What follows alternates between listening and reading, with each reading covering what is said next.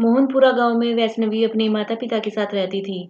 उसके पिता बहुत गरीब थे। उनके पास खेती के लिए थोड़ी जमीन थी जिससे उसके माता-पिता घर का खर्च चलाते थे। लेकिन वैष्णवी पढ़ाई में बहुत अच्छी थी। आज उसका 12वीं क्लास का रिजल्ट आने वाला था। श्यामलाल। वैष्णवी, आज तो तुम्हारा 12वीं का रिजल्ट आने वाला था। वैष्णवी, हाँ पिताजी। श्यामलाल। अच्छा तो बताओ कि मेरी बेटी का कैसा रिजल्ट रहा। वैष्णवी, पिताजी, मैंने अपने स्कूल में टॉप किया है और मेरे स्कूल के टीचर कह रहे थे कि मुझे आगे की पढ़ाई के लिए शहर जाना चाहिए। यह सुनकर श्यामलाल बहुत खुश हुआ कि मेरी बेटी ने स्कूल टॉप किया है।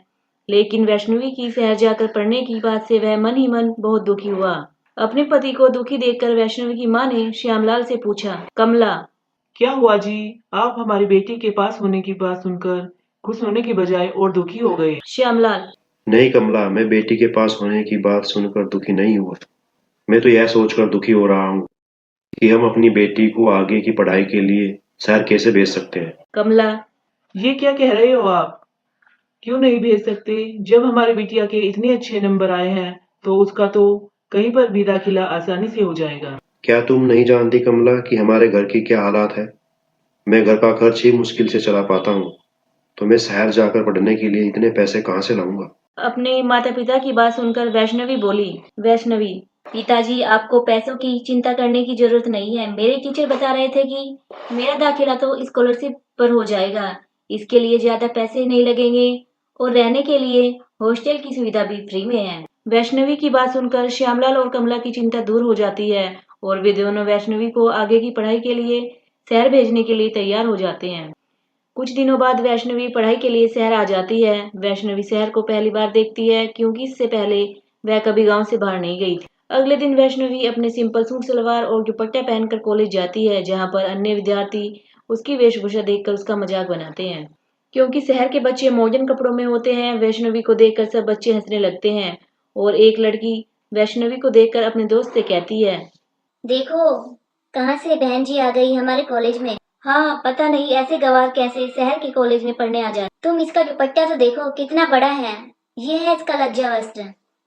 ये सब बातें सुनकर वैष्णवी बिना कुछ बोले अपनी क्लास में जाती है और वहाँ पर जाकर एक लड़की से बोलती है, मैं वैष्णवी, क्या मैं आपके साथ बैठ सकती हूँ? हाँ, क्यों नहीं, बैठ जाओ।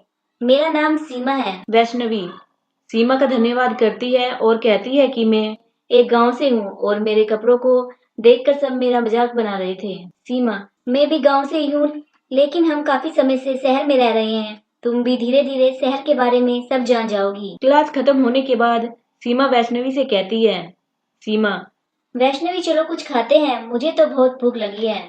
वैष्णवी, हाँ भूख तो मुझे भी लग रही है, चलो चलकर दाल चावल खाते हैं। वैष्णवी की यह बात सुनकर उसके आसपास के बच्चे कहते हैं, यहाँ के कैंटीन में दाल चावल नहीं मिलते। सीमा, वैष्णवी तुम इनकी बातों पर ध्यान मत दो, चलो आज मैं तुम्हें लंच करवाती हूँ। इतना कहकर सीमा वैष्णवी को लेकर कैंटीन चली जाती है और वहां पर जाकर पनीर पिज्जा ऑर्डर करती है। वैष्णवी, सीमा, ये पिज्जा क्या होता है? सीमा, आने दो, अपने आप देख लेना। वेटर पिज्जा देकर चला जाता है। वैष्णवी पिज्जे को देखकर बोलती है, वैष्णवी, सीमा, यह क्या एक बड़ी सी रोटी के ऊपर पनीर की सब्जी?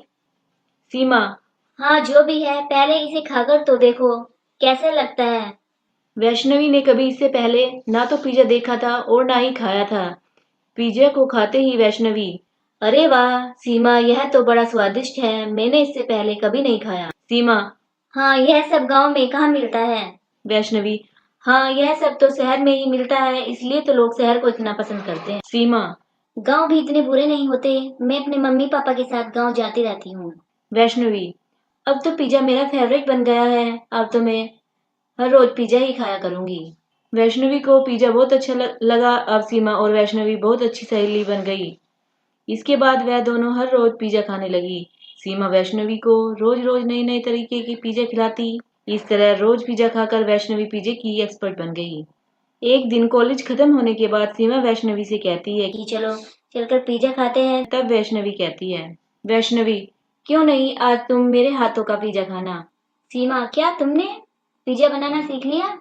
वैष्णवी, हाँ चलो तुम मेरे साथ मेरे हॉस्टल बनाकर खिलाती हूँ। वैष्णवी सीमा के साथ रहते रहते वहाँ के तौर तरीके व भाषा भी जल्दी ही सीख गई। इसके बाद सीमा वैष्णवी को अपनी स्कूटी से हॉस्टल लेकर चली जाती है। इसके बाद कमरे पर जाकर वैष्णवी ने मैदे से आटा गूंदकर सबसे पहले पिज्जे का बेस बनाया, फिर उसमें टमाटो सॉस लगाया, फिर उसमें चीज, प्याज, शिमला मिर्च, टमाटर, रेड चिली फ्लेक्स, मशरूम लगाकर कढ़ाई में ही बेक करने के लिए छोड़ दिया।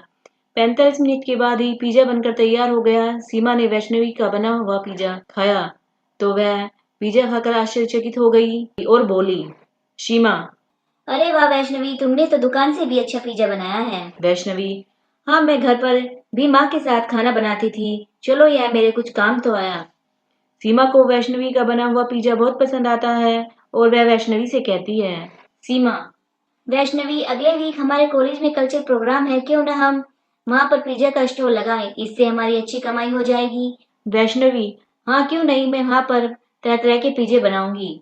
अगले वीक कल्चर प्रोग्राम में वैष्णवी और सीमा पिज्जे का स्टॉल लगाती हैं, जहाँ पर उनके सारे पिज्जे बिक जाते हैं। तभी वहाँ पर उनकी क्लास के अन्य बच्चे आते हैं जो कि उनका मजाक बनाते हैं और कहते हैं, सीमा, तुम भी इस गांव के गंवार के साथ रहते रहते ऐसी ही बन गई हो। उन सब की बातें सुनकर वैष्णवी उनको जवाब देते हुए कहती है कि देखना, तुम आज यह गांव की गंवार ही सबसे ज्यादा अपने पिज्जे बेचकर फर्स्ट प्राइज जीतेगी।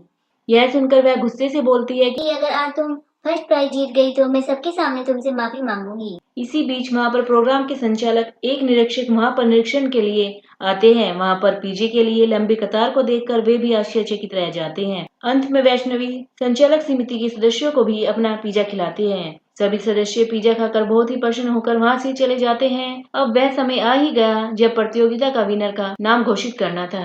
सभी अपने अपने स्थान पर संचालक महोदय की बात ध्यान से सुनने लगे। सर्वप्रथम तृतीय स्थान का नाम बोला गया, फिर दूसरे स्थान के लिए विनर का नाम घोषित किया गया और अंत में वह समय आ गया जब प्रथम स्थान के लिए अनाउंसमेंट होना था। वहाँ पूरे परिसर में एकदम सन्नाटा छा हुआ था और सभी प्रत्याशी अपने लिए प्रार्थना कर रहे थे। तभी वैष्णवी सीमा का नाम प्रथम स्थान के लिए बोला जाता है। यह सब देखकर उसकी क्लास के बच्चे सीमा और वैष्णवी के पास आकर उन्हें बधाई देते हुए कहते हैं कि वैष्णवी, हमें माफ करना, अब हम कभी भी किसी का इस तरह से मजाक नहीं बनाएंगे।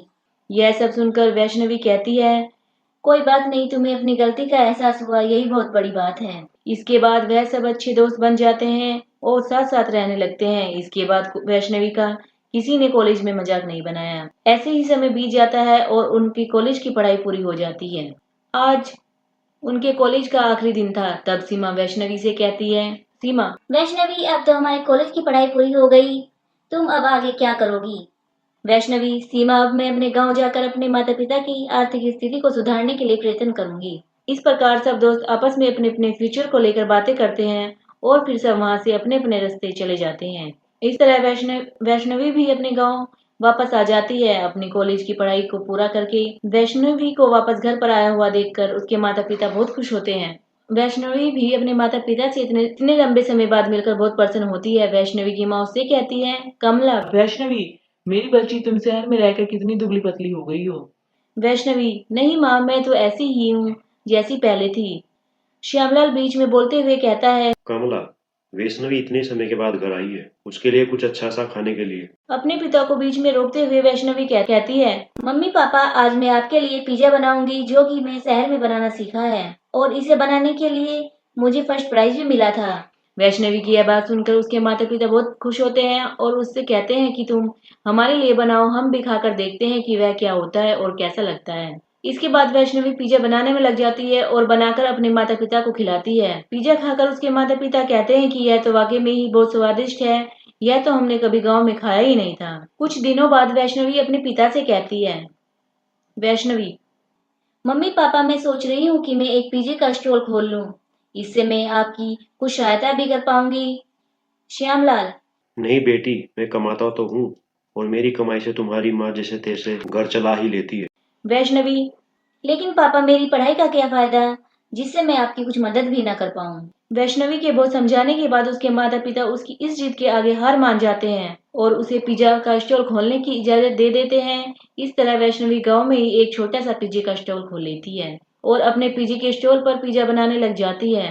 वैष्णवी के स्टॉल पर जो एक बार पिज्जा खाने के लिए आता तो वह उसका परमानेंट का ग्राहक बन जाता, क्योंकि वैष्णवी का पिज्जा इतना स्वादिष्ट था कि जो उसे एक बार खाता फिर वह उसे रोज खाना चाहता।